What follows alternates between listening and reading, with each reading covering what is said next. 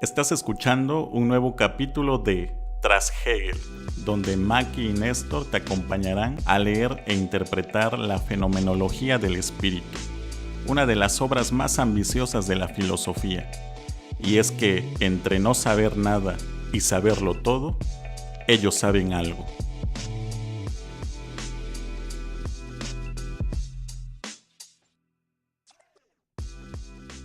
Hola, bienvenidos a un nuevo capítulo de Tras Hegel. Yo soy Maki. Y yo soy Néstor. ¿Y qué vimos en el capítulo anterior? En el capítulo anterior estábamos analizando cómo Hegel critica la filosofía de su tiempo y cierta tendencia a hacer de la filosofía como una mala poesía, así como la estructura del sentido común y cómo el sentido común de repente no corresponde con la labor de la filosofía. En este capítulo vamos al fin a terminar el prólogo con la sección El autor y el público del apartado Lo que se requiere para el estudio filosófico, y posteriormente haremos un breve resumen de todo lo que estuvimos viendo en estas semanas en el prólogo.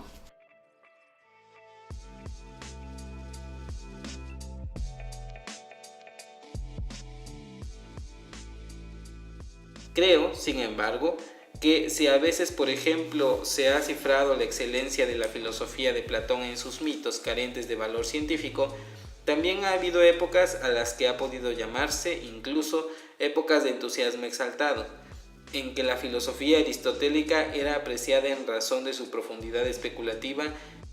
Cuando Hegel empieza esta sección hablando de Platón, ¿qué nos está diciendo de Platón? Pues menciona los mitos de Platón, y es que hay diversos Platones, podríamos decirlo así, que el Platón joven es un Platón demasiado socrático, y cuando decimos que es socrático es que sus temas y sus métodos son siempre parecidos a el posible Sócrates histórico. Entonces, por decirlo, en temas como Eutifrón, que está hablando sobre la piedad, está dialogando con Eutifrón sobre un concepto moral y termina el diálogo y no hay una certeza definitiva como nunca la va a haber en Sócrates, porque en Sócrates el diálogo al parecer siempre sigue abierto y nunca llegamos a una conclusión definitiva. El Platón maduro, que es un Platón muy influido por Pitágoras, como que tiene que explicar realidades de trasmundo. Es el Platón que se dejó influir por nociones del trasmundo, y para explicar esas nociones del más allá tiene que introducir un mito para tratar de explicarlo.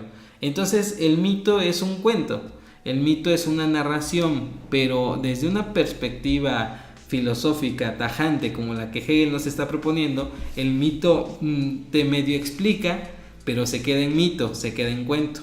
Ajá. Y de lo que se trata es llevarlo a concepto.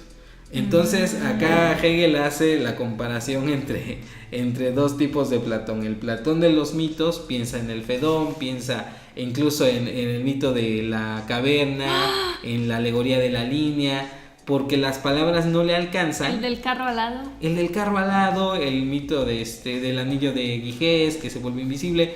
Muchos mitos que tienen que explicar el trasmundo o el alma o la filosofía, pero ya no en conceptos, porque la dialéctica supuestamente no le alcanza. Entonces dice Hegel, no, eso es un subterfugio para evitar dar una explicación racional y conceptual de lo que pretende llegar, hacia donde pretende llegar. O sea, no solo la filosofía no es edificante, sino que no hay tiempo en la filosofía para ser literarios, ¿no? Sí, aparte Platón en ese sentido es un poco mezquino cuando ataca a Homero, cuando ataca a Hesíodo, porque presenta respuestas míticas al origen del hombre, a la ciencia y demás, y él termina también haciendo mito. Entonces Hegel diría, pues ¿en qué quedamos? O te quedas con el mito o lo destierras definitivamente. Entonces el Platón que Hegel recomienda es el Platón del diálogo de Parménides, que es un diálogo de vejez, donde Platón ya no hace alusión a mitos ni hace alusión a narraciones cuasi fantásticas, y trata de ir dialécticamente avanzando hasta llegar a alguna conclusión. Ese es el Platón que más le agrada a Hegel. Y también parece decir que hay una época en la historia de la humanidad donde Aristóteles y la explicación del motor inmóvil y demás es prácticamente como la explicación de la divinidad. Esto quiere decir que Hegel está por una filosofía más especulativa, más que llegue a conclusiones concretas, certeras, que lleve a concepto y no se quede en el éxtasis y en el mito. Ajá. Eso es lo que dice hasta ahorita. Ah. O algo así.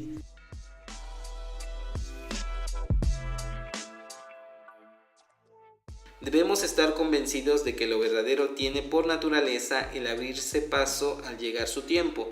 Ahora bien, en este respecto hay que distinguir frecuentemente entre el público y los que se hacen pasar por sus representantes y portavoces. Aquí yo tenía la duda. Sí. ¿Representantes y portavoces del autor o del público? Del público.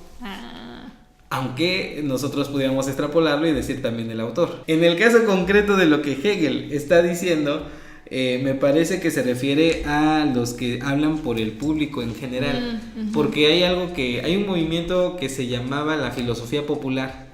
Entonces esta filosofía popular decía, no, pues es que los filósofos se complican demasiado, no se entienden entre ellos mismos y demás, y el gran público no va a recibir estas obras, o sea, no van a llegar a ningún lado, que me parece una crítica habitual a la filosofía.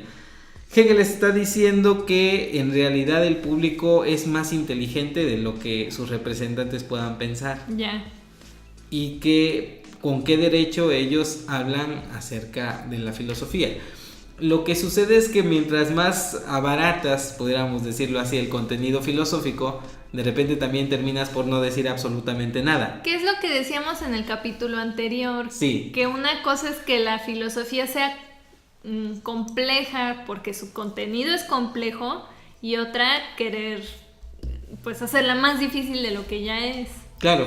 Pero eso no significa que entonces pues vamos a quedarnos en reflexiones así como que levecitas para que entiendan y eso. Y que no van a ningún lado en realidad. Ese es el punto que me parece que está aquí trayendo a colación el mismo Hegel. Pero aquí viene lo difícil porque mete dos citas, ¿no? Mientras que el público bondadosamente se culpa a sí mismo de que una obra filosófica no le llega, quienes se hacen pasar por sus representantes y portavoces echan toda la culpa a los autores, seguros ellos de su competencia. La acción de la obra sobre el público es más callada que la de los muertos que entierran a sus muertos. Y ahí está citando la Biblia. Y dice, ¿qué dice la Biblia? El buen libro. Según la Biblia de Jerusalén, es un apartadito llamado Existencias de la Vocación Apostólica. Y es que viéndose Jesús rodeado de la muchedumbre, mandó pasar a la otra orilla, y un escriba se acercó y le dijo: Maestro, te seguiré a donde quiera que vayas. Dícele Jesús: Las zorras tienen guaridas y las aves del cielo nidos, pero el Hijo del Hombre no tiene donde reclinar la cabeza. Otro de los discípulos le dijo: Señor, déjame ir primero a enterrar a mi padre. Dícele Jesús: Sígueme y deja que los muertos entierren a sus muertos. Eso. ¿Qué tiene que ver con Hegel eso? Porque es que dice, la acción de la obra sobre el público es más callada que la de los muertos que entierran a sus muertos. Pero acá no entiendo a qué se refiere o a quién se refiere.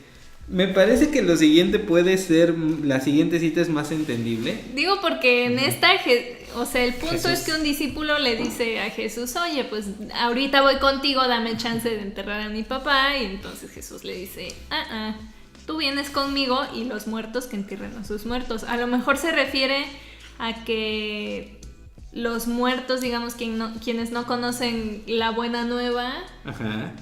pues vaya, qué gran faramaya pueden hacer en el reino de Dios. Entonces los muertos espiritualmente están enterrando a los muertos físicamente, y a lo mejor por eso la acción de la obra sobre el público es más callada que la de los muertos que entierran a sus muertos, porque la obra que un público no entiende pues no le causa mayor repercusión, ¿no? Claro, pero también a aquellos, pudiéramos decir que hay obras que nacen muertas. Hay obras que simplemente no van a ningún lado. Ajá. Y yo creo que va quizá por ahí, aunque me quedan ciertas reservas, pero yo lo entendería un poco de la siguiente manera. Hay un movimiento que se llama filosofía popular, y esa filosofía popular publicaba muchas cosas en contra del gran idealismo, del romanticismo, de autores de peso y de talla.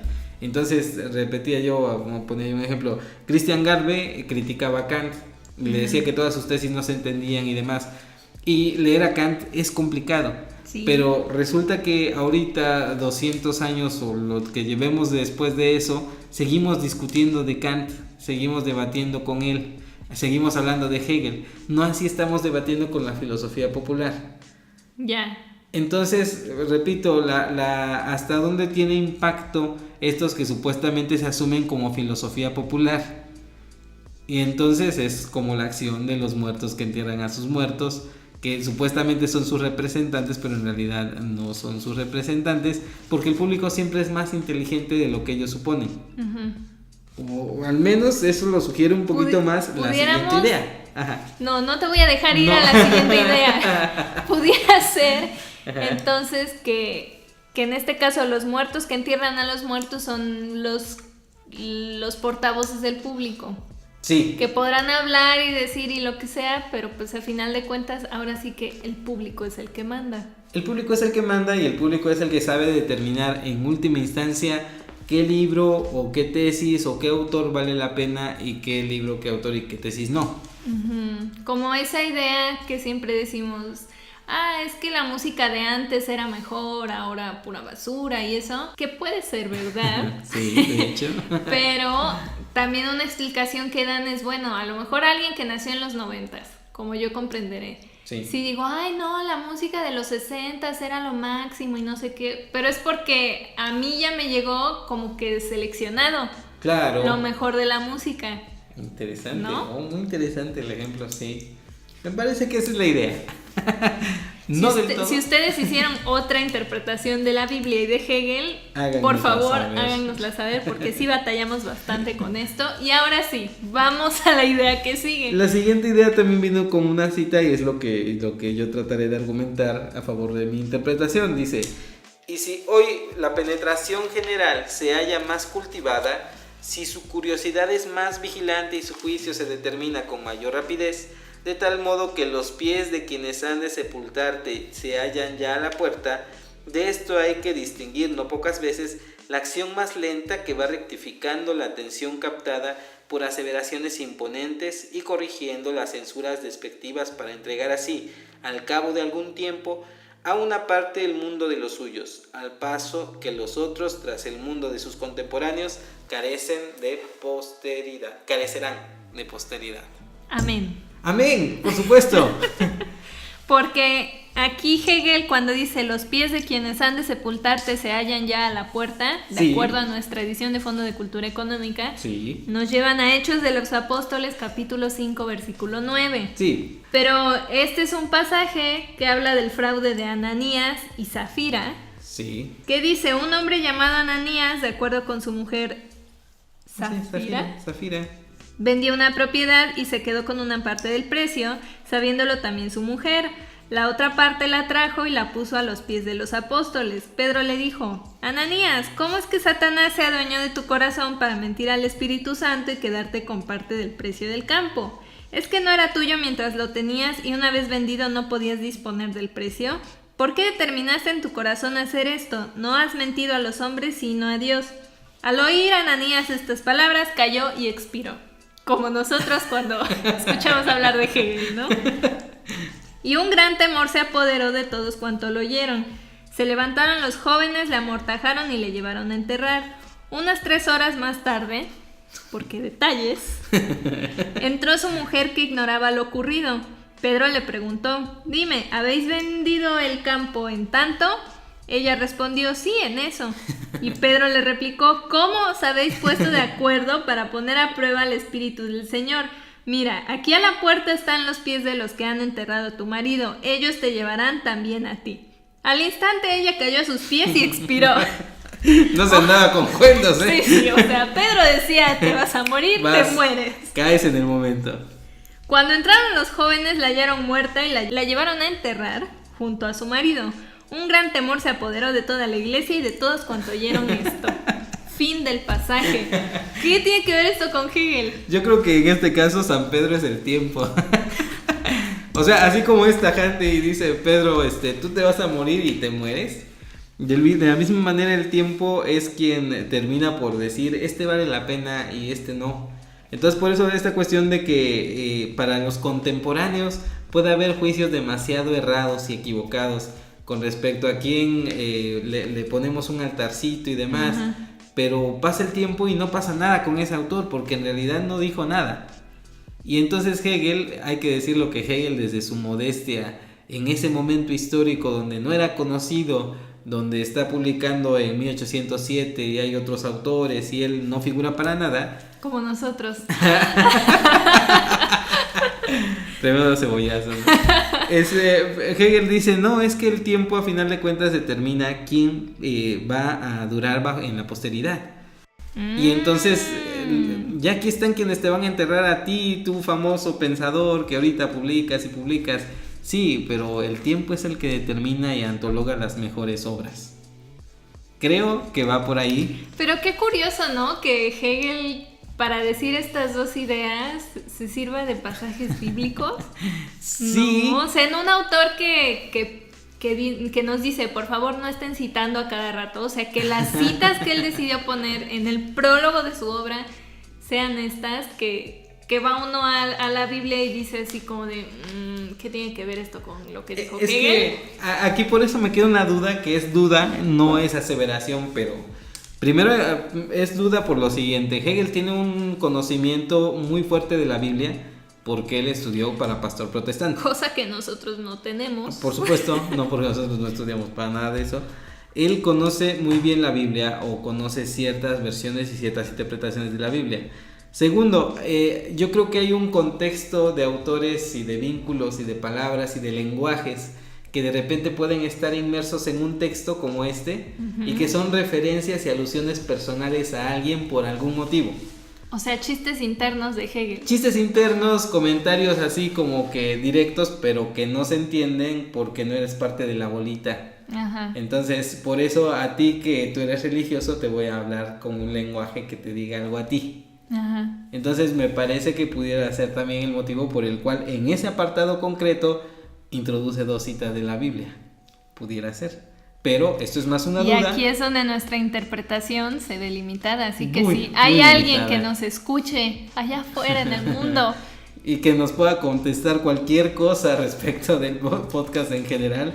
y de la Biblia en particular, y porque de este apartado, al sí. menos en este párrafo sí nos queda esa duda como de, bueno, tenemos nuestra interpretación así de Pedro como el tiempo y eso, pero pues realmente no nos queda claro. También por decirlo antes en este mismo apartado hay una frase que algo da a entender que la verdad llega en su momento. También hay una frase de otros ambientes que dicen que el maestro llega cuando los alumnos están listos para recibirlo. Y es una frase de contextos medio masónicos y que a lo mejor también ahí es un lenguaje entre secreto que se cuela de repente en la interpretación, bueno, porque hay que entender el papel de las logias masónicas en ese momento como revolucionarias dentro del Estado prusiano. Y entre esa frase y las dos citas de la Biblia que tienen que ver con muerte y en ese sentido, pero esas dos citas de la Biblia que tienen que ver con la muerte, pero no así con la muerte, sino el momento de morir. Sí. Entonces, a lo mejor nos estamos acercando al significado. Probablemente ahorita que lo mencionas así, las dos tienen que ver con muerte. Ajá. Y con una muerte de que ya no, o sea, ya es muerte, el momento, pues. La muerte porque ya no te toca. Ajá. O sea, porque ya lo que tú dijiste ya queda limitado, ya pasó y viene otra cosa distinta. Por eso los muertos entierran a sus muertos. Y por eso cuando Pedro dijo, ¿por qué me mientes? Pum, se muere, ¿no? Probablemente, ¿no? Quizás. A lo mejor es como una forma muy hegeliana de decir así como de mi momento se acerca. Algo así. Pudiera ser, ¿no? Pudiera ser, pero vamos a dejarlo ahí como una interpretación bastante libre de este apartado. bastante libre. Bastante libre, así demasiado de este apartado. Pero ya llegamos al último párrafo. Por favor, haznos los honores. Tenemos que la actividad que al individuo le corresponde en la obra total del espíritu solo puede ser mínima. Razón por la cual el individuo, como ya de suyo lo exige la naturaleza misma de la ciencia, debe olvidarse tanto más y llegar a hacer lo que puede y hacer lo que le sea posible. pero a cambio de ello debe exigirse tanto menos de él cuanto que él mismo no puede esperar mucho de sí ni reclamarlo. ¡Qué fuerte! Como siempre que dice uno en esas cuestiones ecológicas, Sí. ay, pero yo qué cambio puedo hacer, y siempre es, oye, cualquier cambio es valioso. Hegel dice así como que no realmente, pero pues inténtalo, ¿no?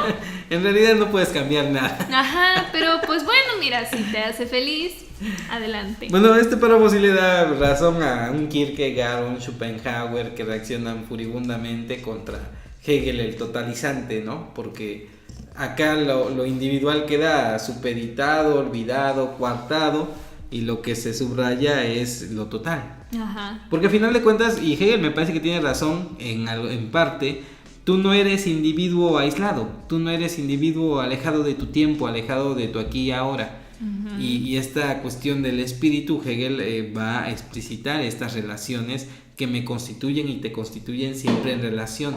Y son relaciones sociales, económicas, políticas y demás. Pero siempre hay un afán aquí como que del individuo y demás.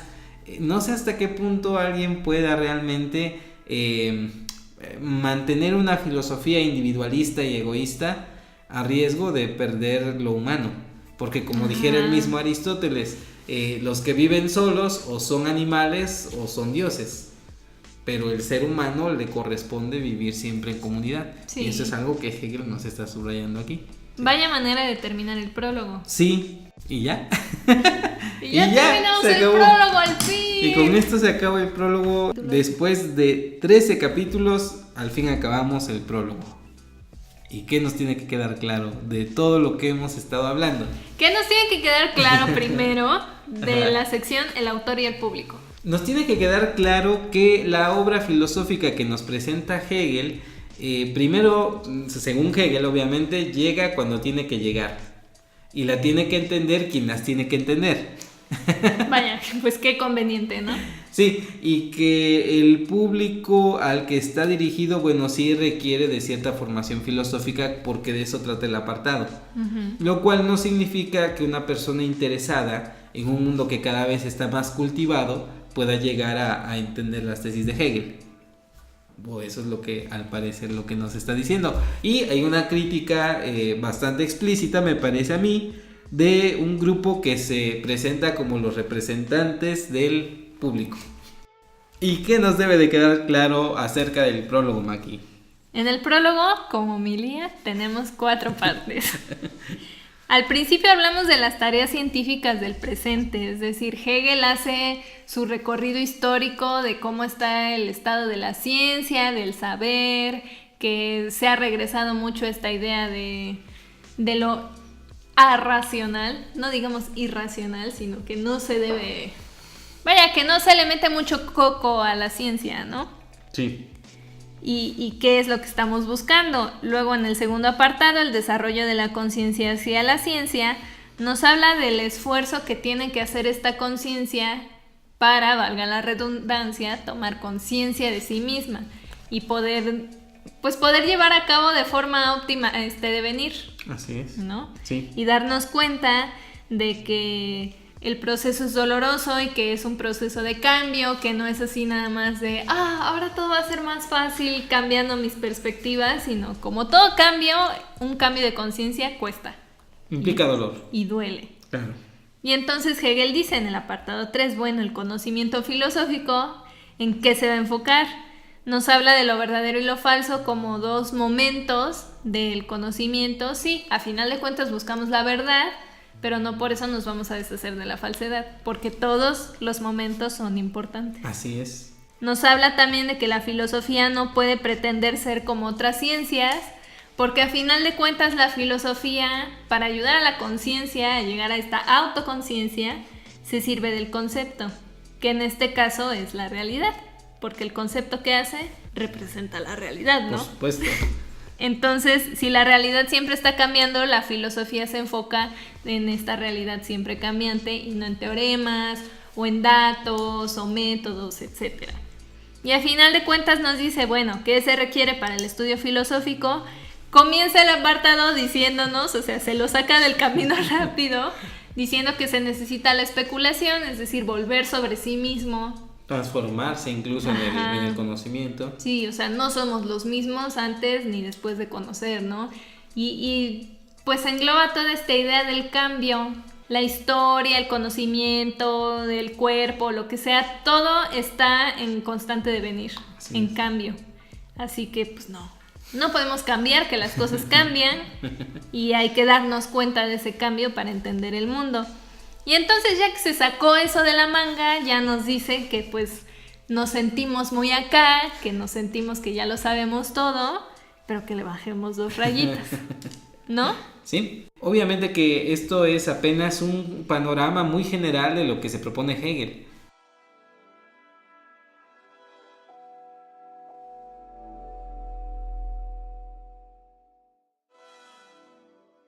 Pues nos escuchamos en el siguiente capítulo para leer la introducción a la fenomenología del espíritu. Recuerden que pueden encontrarnos en nuestra web, que es trashegel.com. También pueden encontrarnos en iTunes, YouTube, Spotify, Spreaker, donde sea que escuchen podcast. Ahí pueden encontrarnos. Búsquennos y déjennos pues 5 estrellitas, no sean gachos. Escríbanos también. Califíquenos, por favor.